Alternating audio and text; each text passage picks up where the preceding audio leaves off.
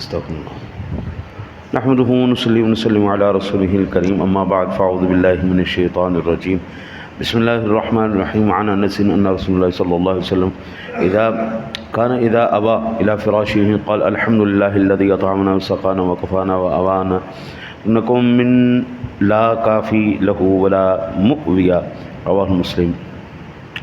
حضرت امام مسلم نے حضرت انس بن مالک رضی اللہ تعالیٰ عنہ سے روایت نقل کی ہے۔ وہ فرماتے ہیں کہ رسول اللہ صلی اللہ علیہ وسلم جب اپنے بستر پر جاتے تو فرماتے اللہ کا شکر ہے جس نے ہمیں کھلایا پلایا اور ہمیں پناہ دی، کیونکہ وہ بہت ہیں جنہیں نہ کوئی بچانے والا ہے نہ پناہ دینے والا ہے۔ نبی اکرم صلی اللہ علیہ وسلم کی ذات گرامی جب بستر پر تشریف لے جاتے تو یہ کلمات ارشاد فرماتے الحمدللہ الذی اطعمنا، اللہ کا لاکھ لاکھ مرتبہ شکر ہے اس نے ہمیں کھلایا پلایا۔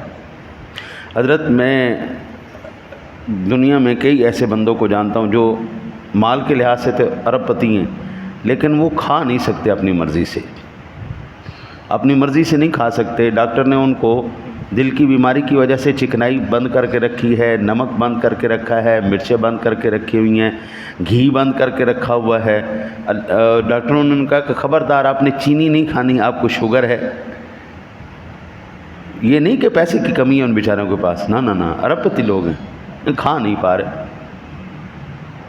حضرت کھلانا پلانا کھانا پینا یہ بھی میرے اللہ کی توفیق سے ہے، اللہ جس کو چاہتا ہے کھلاتا ہے۔ غریبوں کی موجیں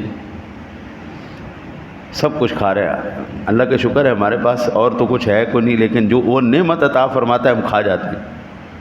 کبھی آپ ہماری دعوت دیکھیں نا جی، اس کے اندر چائے بھی ہوتی ہے، بوتل بھی ہوتی ہے، لسی مسی شربت وغیرہ بھی ہوتا ہے، مرغی بھی ہوتی ہے، گوشت بھی ہوتا ہے، پھل بھی ہوتے ہیں، وہ ایک ہی وقت میں اللہ کے فضل سے پیٹ کے اندر ہوتا ہے۔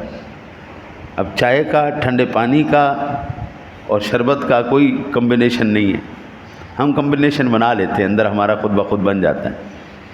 ان درویشوں کا پیٹ ہے نہیں، شکم درویشاں تندور خداست، جو چیز آیت فنا در فنا، یہ درویشوں کا پیٹ جو ہے وہ اللہ کا تندور ہوتا ہے، جو مرضی اس میں پھینک دو، فنا فنا فنا فنا۔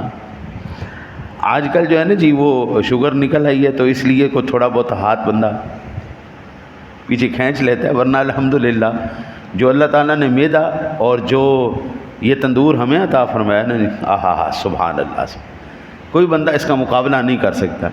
پھر حسد اور اس کی وجہ سے نا لوگ کہتے ہیں مولوی حلوہ بڑا کھانے نے، بھئی اللہ کھلاتا ہے ہم کھاتے ہیں، اللہ کھلاتا ہے ہم کھاتے ہیں۔ آپ کو کس نے منع کیا آپ نہ کھاؤ؟ آپ بھی کھاؤ، خوب کھاؤ۔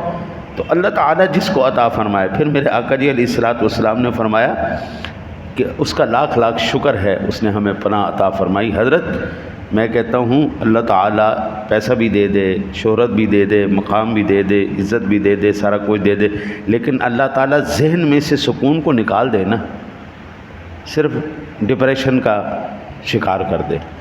اللہ اکبر۔ بڑے بڑے نامور، ہمارے ملک پاکستان کا ایک بہت بڑا کامیاب نام تھا ڈاکٹر عامر لیاقت، اس نے خودکشی کر لی۔ اب اس بندے کے پاس شہرت بھی تھی، چار بیویاں بھی تھیں، مکان بھی تھا، سارا کچھ اس کے اپنے پاس تھا، لیکن بندہ ڈپریشن کا شکار ہو گیا۔ اللہ سب کچھ دے دیتا ہے، سکون چھین لیتا ہے، اللہ سب کچھ دے دیتا ہے، رزق چھین لیتا ہے۔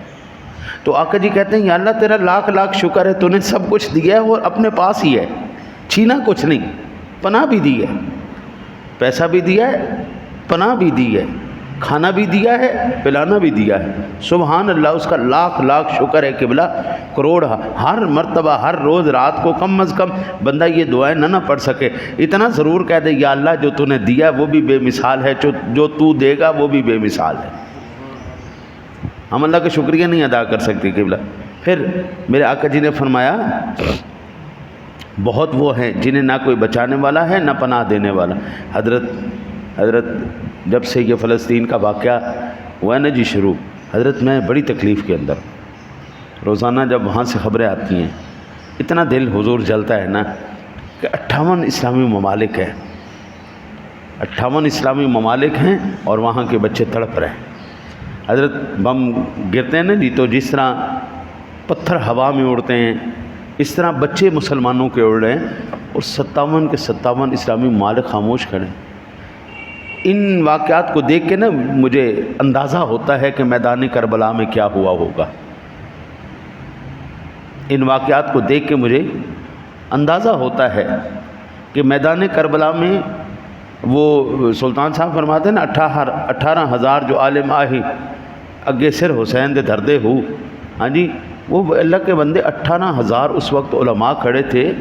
18,000 کے 18,000 علماء کھڑے ہو جاتے، فتویٰ دے دیتے، ہاں جی، وہ اگر ان کا دفاع کرتے تو اللہ کی قسم کسی یزیدی حکومت کے اندر اتنی جرت نہیں تھی کہ وہ ان کے ساتھ کوئی زیادتی کر جاتا۔ ان کی مجرمانہ خاموشی نے ان کے اوپر ظلم و ستم کروایا۔ آج 58 اسلامی ممالکوں کی مجرمانہ خاموشی نے فلسطین کے اوپر ظلم و ستم کا بازار گرم کر کے رکھا ہے۔